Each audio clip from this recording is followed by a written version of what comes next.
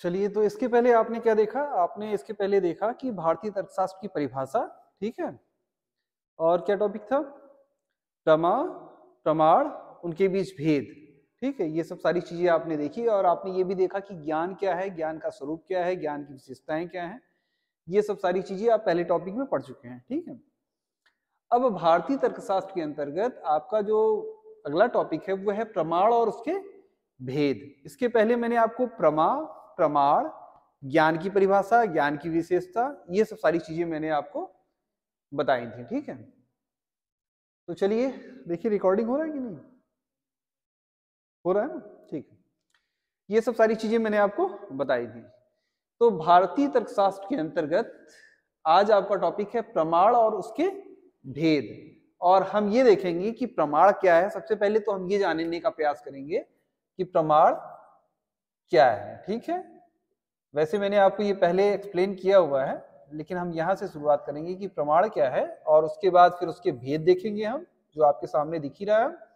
और तीसरा, प्रत्यक्ष प्रमाण के बारे में हम चर्चा करेंगे, ठीक है। तो आज का जो हमारा टॉपिक है भारतीय तर्कशास्त्र के अंतर्गत प्रमाण और उसके भेद, उसके अंतर्गत सबसे पहले हम क्या करेंगे? हम पहले ये परिभाषित करेंगे कि प्रमाण क्या है, फिर हम ये परिभाषित करेंगे कि उसके भेद क्या हैं, मतलब उसके प्रकार क्या हैं, भेद या प्रकार। और इन प्रकारों की परिभाषा भी हम देंगे कि ये जो प्रकार हैं उनकी परिभाषा क्या है। और तीसरा, प्रत्यक्ष प्रमाण के बारे में हम डिटेल से पढ़ेंगे कि ये प्रत्यक्ष प्रमाण क्या है। वैसे बीए फर्स्ट सेम में आप लोगों ने ये सब पढ़ रखा है, ठीक है। ये कोई आपके लिए नई चीज नहीं है, तो आपके लिए समझने में बहुत ही आसान है ये, ठीक है। तो चलिए सबसे पहले प्रारंभ करते हैं कि प्रमाण और उसके भेद कौन से हैं और इसको हम कैसे ठीक ठीक समझ सकते हैं।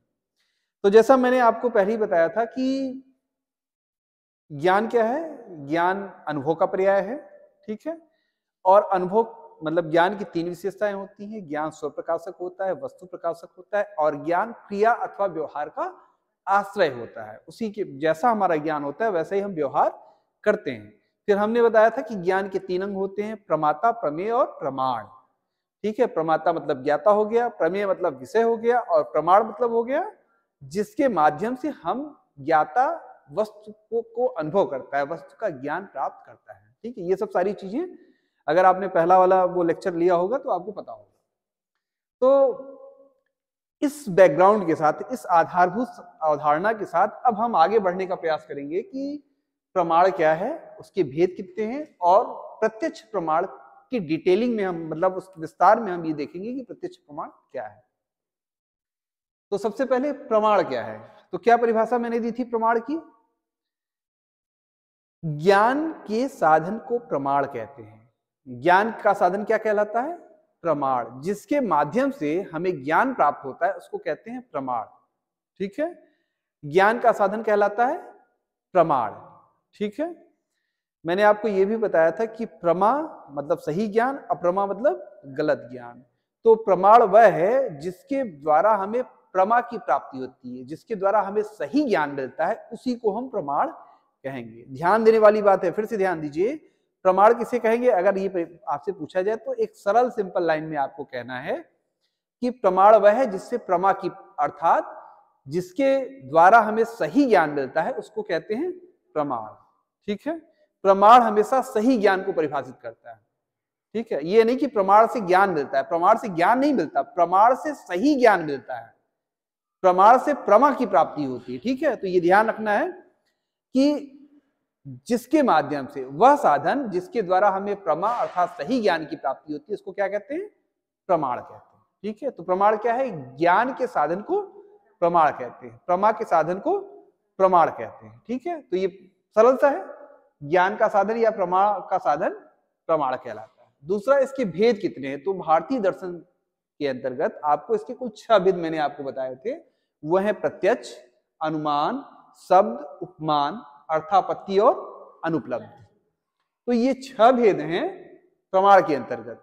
अब यहां फिर ध्यान देने वाली बात है कि प्रमा और प्रमाण दोनों में अंतर है। प्रमा मतलब होता है सही ज्ञान, और प्रमाण वह होता है जिसके द्वारा हमें सही ज्ञान की प्राप्ति हो। तो मैंने, अगर आपको ध्यान हो तो मैंने प्रमा के बारे में बताया था कि प्रत्यक्ष प्रमा होती है और अनुमान प्रमाण होता है, अनुमिति प्रमा होती है, मैंने ये बताया था आपको। अगर आप अपने नोट्स देखेंगे तो अनुमान की जगह अनुमिति लिखा होगा, शब्द की जगह शाब्द लिखा होगा, उपमान की जगह उपमिति लिखा होगा, अर्थापत्ति की जगह अर्थापत्ति और उपलब्धि की जगह अनुपलब्धि। ठीक है, तो कहने का मतलब यह है कि प्रमा और प्रमाण में अंतर है। प्रमा मतलब सही ज्ञान, प्रमाण मतलब जिसके द्वारा ज्ञान की प्राप्ति हो उसको प्रमाण कहते हैं। स्पष्ट है ये? ठीक है, तो अब अगर कोई पूछे आपसे प्रमाण क्या है तो क्या कहेंगे? ज्ञान के साधन को प्रमाण कहते हैं। एक लाइन में सरल है। अब कोई पूछे कि प्रमाण के कितने भेद होते हैं, आप क्या बताएंगे? प्रमाण के 6 भेद होते हैं। कौन कौन से?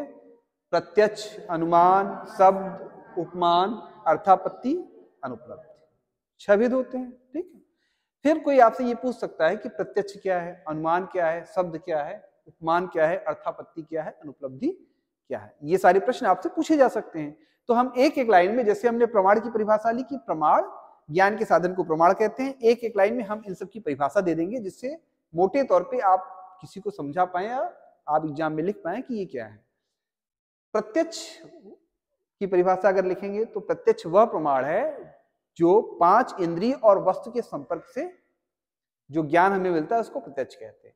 5 इंद्रिय और वस्तु के संपर्क में आने से जो ज्ञान मिलता है उसको प्रत्यक्ष प्रमाण कहते हैं। अनुमान क्या है? ज्ञात वस्तु से अज्ञात वस्तु का ज्ञान अनुमान है। शब्द क्या है? किसी विश्वसनीय व्यक्ति के वचन को सुनकर या पढ़कर जो ज्ञान प्राप्त होता है उसको शब्द प्रमाण कहते हैं। उपमान क्या है?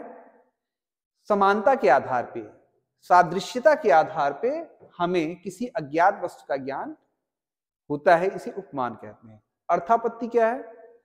दो विपरीत सत्य के बीच संबंध स्थापित करने के लिए जिस अर्थ की कल्पना करनी पड़ती है उसको अर्थापत्ति कहते हैं। अनुपलब्धि क्या है? किसी समय पर, किसी जगह पर किसी वस्तु का न होना, किसी वस्तु के न होने का ज्ञान अनुपलब्धि कहलाता है। ठीक है, तो ये 6 प्रमाण हैं, इनकी 6 परिभाषा। एक बार फिर से हम बता देते हैं। अब देखिए, ध्यान से सुनिएगा। अगर आपसे कोई पूछे कि प्रत्यक्ष प्रमाण क्या है तो आप सरल शब्दों में बता सकते हैं कि 5 इंद्रियां होती हैं, आंख, नाक, कान, त्वचा, जीभ।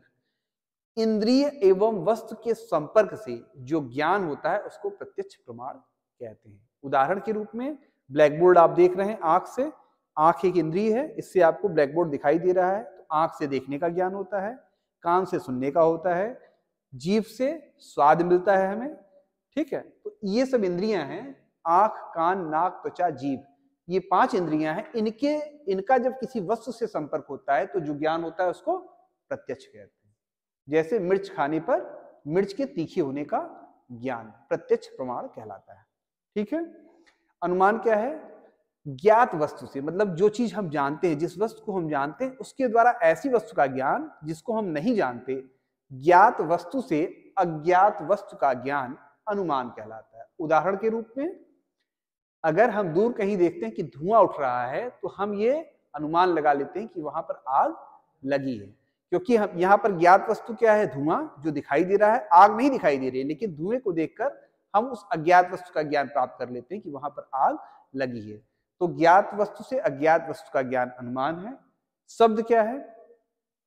शब्द है किसी विश्वसनीय व्यक्ति के, मतलब ऐसा व्यक्ति जो भरोसे लायक हो, उसके वचन को पढ़कर या सुनकर जो ज्ञान प्राप्त होता है उसको शब्द प्रमाण कहते हैं। विश्वसनीय पुरुष को आप्त पुरुष कहा जाता है। दर्शन में आप्त मतलब होता है विश्वसनीय व्यक्ति। तो ऐसा व्यक्ति जो विश्वसनीय हो उसके द्वारा बताए गए ज्ञान को क्या कहते हैं? शब्द प्रमाण। जैसे दर्शन शास्त्र का ज्ञान अगर कोई दर्शन शास्त्र का टीचर आपको दे रहा है तो इसका मतलब वो ज्ञान सही है और उसको शब्द प्रमाण के अंतर्गत रख सकते हैं। उपमान का मतलब होता है सादृश्यता के आधार पर किसी वस्तु का ज्ञान प्राप्त करना। समानता के आधार पर मतलब इसमें हम किसी ऐसी वस्तु से जिसको हम जानते हैं उसकी समानता के आधार पर ऐसी वस्तु का ज्ञान प्राप्त करते हैं जिसको हम नहीं जानते। तो दो वस्तु में समानता के आधार पर जो ज्ञान प्राप्त किया जाता है उसको क्या कहते हैं? उपमान प्रमाण कहते हैं। उदाहरण के रूप में मान लीजिए कि किसी व्यक्ति ने नीलगाय नहीं देखी है और कोई व्यक्ति उससे कहता है कि तुमने गाय देखी है, तो गाय के समान ही नीलगाय होती है और जंगल में रहती है। अब वो व्यक्ति क्या है कि वो व्यक्ति जंगल में जाता है और वहां एक जानवर को देखता है और पहचान जाता है कि ये तो गाय जैसी लग रही है, इसका मतलब यही नीलगाय है। ठीक है, स्पष्ट है। ये समानता के आधार पर वस्तु का ज्ञान प्राप्त करना उपमान प्रमाण कहलाता है। ठीक, अर्थापत्ति का मतलब होता है कि दो प्रकार के सत्य होते हैं, दोनों सत्य एक दूसरे के विपरीत होते हैं। दो प्रकार के सत्य हैं, दोनों सत्य एक दूसरे के विपरीत होते हैं, लेकिन होते दोनों सत्य हैं। तो सवाल आता है कि दोनों एक साथ सत्य कैसे हो सकते हैं। तो उनके बीच संबंध की व्याख्या के लिए हम जिस अर्थ की कल्पना करते हैं, जो हम व्याख्या देते हैं, उसी को अर्थापत्ति प्रमाण कहते हैं। ठीक है, अर्थापत्ति प्रमाण का मतलब है कि दो विपरीत सत्यों में संबंध स्थापित करने के लिए, दो विपरीत सत्यों में संबंध स्थापित करने के लिए जिस अर्थ की कल्पना करनी पड़ती है उसे अर्थापत्ति प्रमाण कहते हैं। उदाहरण के रूप में अंजलि दिन भर कुछ नहीं खाती है, हम सब देखते हैं कुछ नहीं खाती है, लेकिन मोटी होती जा रही है। तो एक तो खा नहीं रही है और दिख भी रही कि मोटी हो रही है, तो दोनों अलग अलग चीज है ना। न खाना और मोटा होना दो अलग अलग चीजें हैं कि नहीं, विपरीत है ना एक दूसरे के। तो इसकी व्याख्या कैसे करेंगे आप? इसका मतलब अंजलि रात में खाना खाती होगी, है ना, तभी तो व्याख्या हो पा रही कि मोटी भी हो रही है, खा भी नहीं रही, तो ऐसा तो हो नहीं सकता। इसका मतलब रात में खाती होगी। समझ गए? इसको कहते हैं कि देवदत्त दिन में भोजन नहीं करता लेकिन मोटा होता जा रहा है। तो देवदत्त के संबंध में दोनों सत्यों को के बीच व्याख्या करने के लिए हमें ये कल्पना करनी पड़ती है, ये अनुमान लगा मतलब कल्पना होती है कि वो जरूर रात में भोजन करता होगा। इसको अर्थापत्ति प्रमाण कहते हैं। अनुपलब्धि का मतलब होता है कि किसी समय किसी जगह पर किसी वस्तु का न होना अनुपलब्धि कहलाता है। मतलब उदाहरण के रूप में इस कमरे में सांप नहीं है, इसका ज्ञान हमें किसके द्वारा हो रहा है? अनुपलब्धि के द्वारा। ठीक है, अब देखिए ये जो दो प्रमाण हैं अर्थापत्ति और अनुपलब्धि, ये मीमांसा दर्शन स्वीकार करती। केवल कौन स्वीकार करता है? मीमांसा।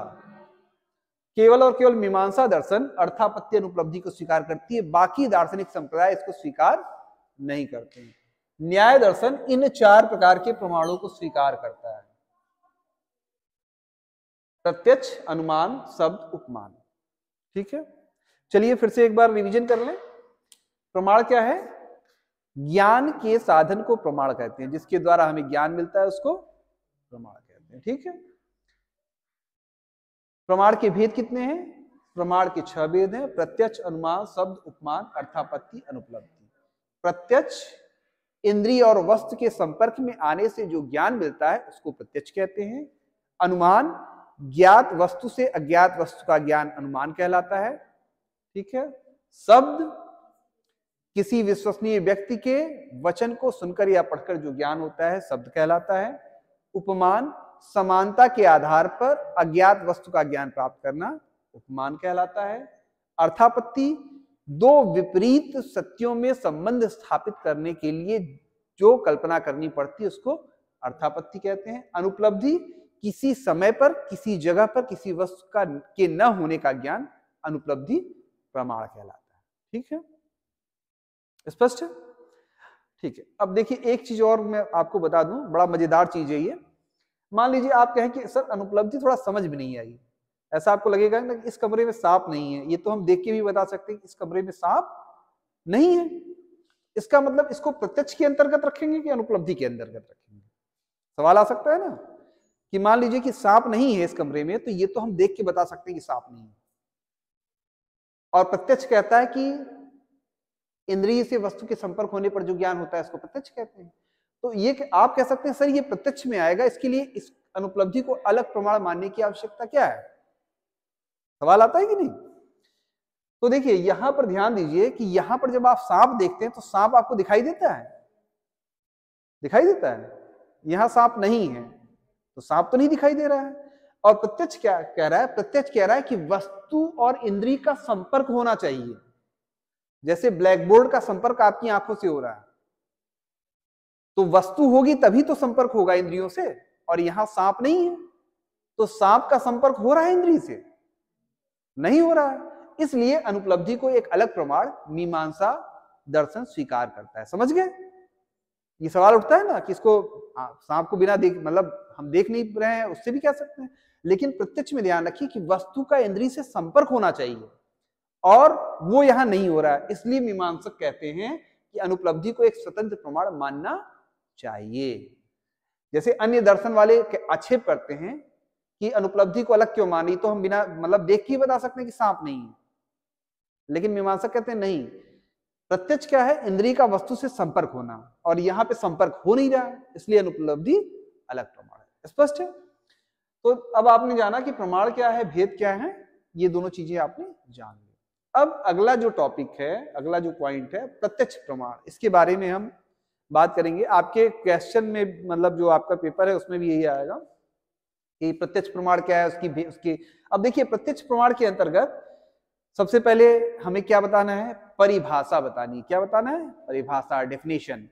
फिर बताना है प्रत्यक्ष के भेद कितने होते हैं, फिर क्या बताना है, प्रत्यक्ष की अवस्था। ये तीन चीजें ही हमको बतानी है और इन्हीं तीन चीजों से प्रश्न बनेगा। जैसे प्रत्यक्ष प्रमाण की परिभाषा देते हुए उसके भेद बताइए, प्रत्यक्ष के दो अवस्थाओं की व्याख्या कीजिए, या प्राचीन और नव्य न्याय के अनुसार प्रत्यक्ष की परिभाषा में अंतर करिए। इस तरह के प्रश्न बन सकते हैं। तो अब हम डिटेल में, विस्तार में प्रत्यक्ष प्रमाण को जानने का प्रयास करेंगे कि प्रत्यक्ष प्रमाण क्या है। क्योंकि प्रत्यक्ष प्रमाण आपने परिभाषा में देखा, तो इसकी परिभाषा है कि 5 इंद्रियों का वस्तु से संपर्क होने पर जो ज्ञान मिलता है उसको प्रत्यक्ष प्रमाण कहते हैं। परिभाषा आपको पता है, लेकिन ये परिभाषा प्राचीन न्याय दर्शन के अनुसार है। देखिए, हम यहाँ न्याय दर्शन के अनुसार प्रत्यक्ष की व्याख्या कर रहे हैं। तो परिभाषा दो तरह की है। न्याय दर्शन में दो तरह की परिभाषा दी गई, एक प्राचीन न्याय दर्शन के अनुसार, एक नव्य न्याय दर्शन के अनुसार। प्राचीन न्याय के अनुसार 5 इंद्रियों का वस्तु से संपर्क होने पर जो ज्ञान होता है उसको प्रत्यक्ष कहते हैं। 5 इंद्रियां कौन कौन सी हैं? आंख, नाक, कान, त्वचा, जीभ। इनका जब हम वस्तु से संपर्क होता है तो उसको प्रत्यक्ष कहते हैं। जैसे आंख से रूप का ज्ञान होता है, नाक से सूंघने का ज्ञान होता है, कान से सुनने का होता है, ठीक है, इसको हम क्या कहेंगे? प्रत्यक्ष कहेंगे। लेकिन नव्य न्याय मतलब बाद में, देखिए प्राचीन न्याय जो है वो गौतम का है। किसका है? गौतम का। और नव्य न्याय है गंगेश उपाध्याय का। किसका? गंगेश उपाध्याय। तो न्याय दर्शन की दो परिभाषा मिलती है। पहली परिभाषा ये मिलती है कि 5 इंद्रियों का वस्तु से संपर्क होने पर जो ज्ञान होता है उसको क्या कहते हैं? प्रत्यक्ष कहते हैं। और बाद में नव्य न्याय मतलब बाद में नए न्याय ने, जो बाद में कालांतर में न्याय की व्याख्या की गई, उसमें गंगेश उपाध्याय ने कहा है कि वस्तु की साक्षात प्रतीति होना प्रत्यक्ष कहलाता है। वस्तु की साक्षात प्रतीति होना प्रत्यक्ष कहलाता है। अब इसको ऐसे समझिए कि जब हम प्रत्यक्ष की परिभाषा देंगे न्याय दर्शन के अंतर्गत, तो सबसे पहले ये बताएंगे कि प्राचीन न्याय दर्शन के अनुसार 5 इंद्रियों का वस्तु से संपर्क होने पर जो ज्ञान होता है उसको प्रत्यक्ष कहते हैं। ठीक है, उसके बाद फिर हम बताएंगे कि लेकिन बाद में गंगेश उपाध्याय जो नव्य न्याय के समर्थक हैं, उन्होंने इस परिभाषा पर आपत्ति प्रकट की।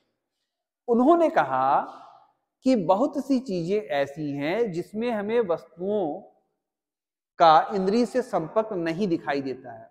उदाहरण के रूप में गंगेश उपाध्याय कहते हैं कि मन का मानसिक विषयों से सीधा संपर्क होता है, लेकिन ईश्वर की बात अगर हम करें तो ईश्वर बिना इंद्रियों के सभी वस्तुओं को जानता है।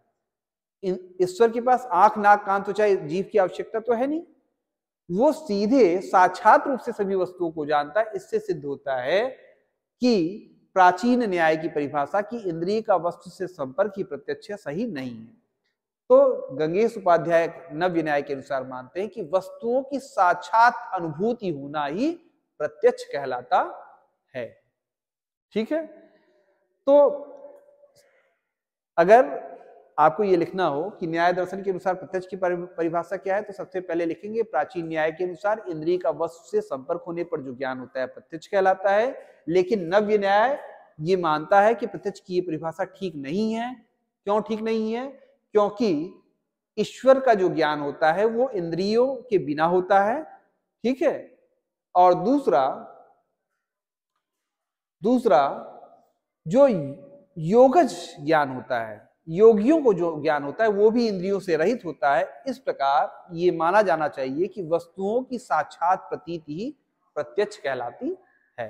तो दो परिभाषा हो गई आपकी, प्राचीन न्याय और नव्य न्याय के अनुसार। अब दूसरा जो पॉइंट है प्रत्यक्ष के अंतर्गत, प्रत्यक्ष के भेद। तो अब देखिए, ध्यान दीजिए आप, प्रत्यक्ष के भेद हैं दो, लौकिक अलौकिक। इसको साधारण और असाधारण प्रत्यक्ष भी कहते हैं। लौकिक मतलब साधारण प्रत्यक्ष, अलौकिक मतलब असाधारण प्रत्यक्ष। दो तरह के प्रत्यक्ष हैं। लौकिक प्रत्यक्ष के दो भेद हैं, बाह्य और आंतरिक। और अलौकिक प्रत्यक्ष के तीन भेद हैं, सामान्य लक्षण, ज्ञान लक्षण और योगज, ठीक है। तो प्रत्यक्ष के दो भेद हैं, लौकिक और अलौकिक। लौकिक के भी दो भेद हैं, लौकिक के भेद हैं बाह्य और आंतरिक। अलौकिक के तीन भेद हैं, सामान्य लक्षण, ज्ञान लक्षण और योगज, ठीक है। अब आप इसकी व्याख्या करेंगे तो प्रत्यक्ष के दो भेद हैं, पहला है लौकिक, लौकिक के भी दो भेद हैं। अब देखिए, लौकिक प्रत्यक्ष का मतलब होता है कि साधारण प्रत्यक्ष, मतलब इंद्रियों का वस्तु से जो सीधा संपर्क होता है उसको कहते हैं साधारण या लौकिक प्रत्यक्ष। ये दो प्रकार का होता है, बाह्य और आंतरिक। बाह्य मतलब होता है कि आंख, नाक, कान, त्वचा, जीभ, इससे वस्तु के संपर्क को बाह्य प्रत्यक्ष कहते हैं। और आंतरिक का मतलब होता है कि मन का आंतरिक विषयों से जो संपर्क होता है उसको आंतरिक प्रत्यक्ष कहते हैं। समझ गए? प्रत्यक्ष के दो भेद हैं, लौकिक या साधारण प्रत्यक्ष। इंद्रियों का वस्तु से सीधे संपर्क साधारण प्रत्यक्ष कहलाता है। इसके दो भेद हैं, बाह्य मतलब होता है आंख, नाक, कान, त्वचा, जीभ का वस्तु से संपर्क, और आंतरिक का मतलब है मन का आंतरिक विषयों से संपर्क। देखिए, आंख से हमको रूप का ज्ञान होता है, लेकिन हमको सुख हो रहा है, हमको दुख हो रहा है, इसका ज्ञान किससे होता है? मन से होता है। मन एक आंतरिक इंद्रिय है, इसलिए इसको आंतरिक प्रत्यक्ष के अंतर्गत रखते हैं। मुझे लग रहा है कि स्पष्ट हो गया होगा आप लोगों को। चलिए आगे देखते हैं। अब दूसरा भेद है अलौकिक प्रत्यक्ष या असाधारण प्रत्यक्ष। अब असाधारण प्रत्यक्ष में देखिए तीन भेद हैं, सामान्य लक्षण, ज्ञान लक्षण और योगज। तो पहला जो भेद है, अब अलौकिक प्रत्यक्ष क्या है? अलौकिक प्रत्यक्ष होता है कि इंद्रियों का वस्तु से संपर्क साधारण ढंग से नहीं होता, बल्कि असाधारण ढंग से होता है, कुछ अलग ढंग से होता है। इसको असाधारण या अलौकिक प्रत्यक्ष कहते हैं। तो इंद्रियों का वस्तु से असाधारण संपर्क कितने प्रकार का होता है? तीन प्रकार का होता है, सामान्य लक्षण, ज्ञान लक्षण और योगज। पहला है सामान्य लक्षण। सामान्य लक्षण का मतलब होता है कि जब इंद्रियों का किसी वस्तु से संपर्क होता है तो उसके सामान्य का ज्ञान प्राप्त होता है, इसको सामान्य लक्षण कहते हैं। सामान्य मतलब होता है कि किसी समूह के सभी सदस्यों में उपस्थित सामान्य विशेषताएं, जिसको जाति भी कहते हैं। उदाहरण के रूप में मान लीजिए आपने एक गाय को देखा, एक गाय को अगर एक बार देख लिया तो दुनिया में किसी भी गाय को देखेंगे तो आप जान जाएंगे कि ये गाय है। एक शेर को देखा तो दुनिया के किसी भी शेर को देखेंगे तो जान जाएंगे ये शेर है। क्यों जान जाएंगे? क्योंकि उस शेर को देखकर आपने जान लिया कि शेर में ये विशेषताएं पाई जाती हैं, इसी को सामान्य कहते हैं। ठीक है। तो अगर कोई पूछे कि सामान्य लक्षण प्रत्यक्ष क्या है, तो किसी वस्तु के प्रत्यक्ष से उसके सामान्य का ज्ञान प्राप्त करना सामान्य लक्षण प्रत्यक्ष कहलाता है। जैसे किसी गाय को देखकर उसके गायपन का ज्ञान, किसी मनुष्य को देखकर उसके मनुष्यता का ज्ञान सामान्य लक्षण प्रत्यक्ष कहलाता है। ठीक है। दूसरा है ज्ञान लक्षण। ज्ञान लक्षण प्रत्यक्ष ऐसा प्रत्यक्ष होता है जिसमें इंद्रिय का संपर्क वस्तु से असाधारण ढंग से होता है। कैसे? ज्ञान लक्षण प्रत्यक्ष में क्या होता है कि देखिए 5 इंद्रियां हैं और पांचों इंद्रियों का काम है कि अपने से संबंधित चीज का ज्ञान कराना। जैसे आंख से हम देख सकते हैं, कभी आंख से सुना है? कान से देखा है? नहीं देखा है। जीभ से आंख से स्वाद लिया है? आंख से स्वाद लिया है? लिया है। कैसे लिया है? मान लीजिए रसगुल्ला, मुंह में पानी आ गया, गर्मा गर्म चाट, मुंह में पानी आ गया। नींबू, खट्टा सा हो गया मन, मुंह में पानी आया। ठीक है। घास देखी तो घास, हरी हरी घास दिखाई दी, मुलायम मुलायम लगा है ना। तो देखा, लेकिन ज्ञान स्वाद, मतलब देखने से जीव को स्वाद मिल रहा है, हो रहा है ना। तो अलग सामान्य ज्ञान लक्षण प्रत्यक्ष वही है। इंद्रिय अपने प्रत्येक इंद्रिय अपने एक निश्चित विषय का ज्ञान कराती है, लेकिन जब इंद्रिय अपने से भिन्न विषय का ज्ञान कराए तो उसको ज्ञान लक्षण प्रत्यक्ष कहते हैं। जैसे रसगुल्ले को देखकर मुंह में पानी आना। ठीक है, स्पष्ट, ठीक ना। अब जैसे मान लीजिए कि कोई उल्टी कर रहा है, तो आपने कई बार देखा कि हमको भी उल्टी आ रही है, ऐसा फील होता है कि नहीं। आप तो केवल देख रहे हैं ना, लेकिन ऐसा क्यों होता है? क्योंकि आंख अपने से भिन्न चीज का ज्ञान कराती है। अब देखिए, कई बार क्या होता है कि टीवी पे देख रहे हैं और बढ़िया सा कुछ खाने वाने का सामान दिख गया, तो ऐसा लगता है भूख लगी है, जीभ में कुछ अच्छा अच्छा सा लग रहा है, नहीं, ये ज्ञान लक्षण प्रत्यक्ष है। समझ गए? तो इंद्रिय अपने से भिन्न विषय का ज्ञान जब प्राप्त कराती है तो उसको ज्ञान लक्षण प्रत्यक्ष कहते हैं। अगला है योगज। योगज प्रत्यक्ष में क्या होता है कि जो योगी होते हैं, जो साधना करते हैं, वो क्या होता है कि वो भूत भविष्य वर्तमान देख लेते हैं, दूर उपस्थित चीजों को देख लेते हैं। और इसमें चूंकि इंद्रियों का जो संपर्क होता है वस्तु से वो असाधारण ढंग से होता है, इसलिए योगज भी एक प्रत्यक्ष है। मतलब योगियों द्वारा भूत भविष्य वर्तमान का जो ज्ञान होता है वो असाधारण ढंग से होने के कारण योगज प्रत्यक्ष कहलाता है। ठीक है। तो प्रत्यक्ष के भेद हैं लौकिक या साधारण, अलौकिक या असाधारण। लौकिक के दो भेद हैं, बाह्य, आंख नाक कान त्वचा जीभ, इनसे वस्तु का संपर्क बाह्य प्रत्यक्ष कहलाता है। मन का आंतरिक विषयों से संपर्क आंतरिक प्रत्यक्ष कहलाता है। दूसरा भेद है अलौकिक या असाधारण। इसके तीन भेद हैं, सामान्य लक्षण, ज्ञान लक्षण, योगज। वस्तु के ज्ञान से वस्तु के सामान्य का ज्ञान सामान्य लक्षण कहलाता है। जैसे मनुष्य को देखकर मनुष्यता का ज्ञान। ज्ञान लक्षण इंद्रिय अपने से भिन्न विषय का जब ज्ञान कराती है तो उसको ज्ञान लक्षण कहते हैं। जैसे रसगुल्ले को देख के मुंह में पानी आना। योगज योगियों द्वारा भूत भविष्य वर्तमान का ज्ञान असाधारण ढंग से होता है, इसलिए इसको योगज प्रत्यक्ष कहा जाता है। ठीक है। अब अगला पॉइंट है प्रत्यक्ष की अवस्था। प्रत्यक्ष की दो अवस्थाएं न्याय दर्शन मानता है। कितनी? दो अवस्थाएं। अर्थात जब हमें किसी वस्तु का प्रत्यक्ष होता है तो दो प्रकार की अवस्थाएं होती हैं। सबसे पहले हमें क्या होता है कि हम किसी वस्तु को देखते हैं और उसको देखकर निर्विकल्प अवस्था होती है, और फिर दूसरी अवस्था क्या होती है? सविकल्प। तो प्रत्यक्ष के दो अवस्थाएं, निर्विकल्प और सविकल्प। निर्विकल्प अवस्था में क्या होता है कि जब हम किसी वस्तु को देखते हैं तो हमें केवल ये पता होता है कि कोई वस्तु है, हमें ये नहीं पता होता कि वो वस्तु क्या है, उसका नाम क्या है, उसकी विशेषता क्या है। और प्रत्यक्ष की दूसरी अवस्था में जब हम वस्तु के साथ साथ उसके गुणों का भी ज्ञान प्राप्त कर लेते हैं तो इसको सविकल्प अवस्था कहते हैं। ठीक है।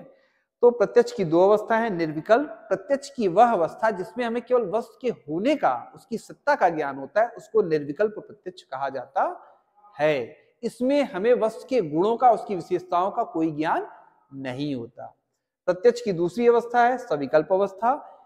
प्रत्यक्ष की इस अवस्था में हमें वस्तु के होने के साथ साथ उसके गुणों और विशेषताओं का भी ज्ञान प्राप्त होता है। इसको प्रत्यक्ष की सविकल्प अवस्था कहते हैं। उदाहरण के रूप में मान लीजिए कि हम दूर देख रहे हैं कि कोई आ रहा है, तो हमें ये तो पता है कि कोई आ रहा है, लेकिन हमें ये पता नहीं कि कौन आ रहा है। लेकिन दूसरे ही क्षण हमें ये लगता है कि अच्छा, ये तो हमारा मित्र है, हमारा दोस्त है। जैसे मान लीजिए कि हमने कहा चलिए आंख बंद करिए, आपने आंख बंद कर ली, हमने आपको मिठाई खिलाई। अब आपने मिठाई खाई तो जब जीभ से पहला संपर्क होगा तो ये लगेगा कुछ तो है, लेकिन थोड़ी देर में पता चला अच्छा ये तो मिठाई है।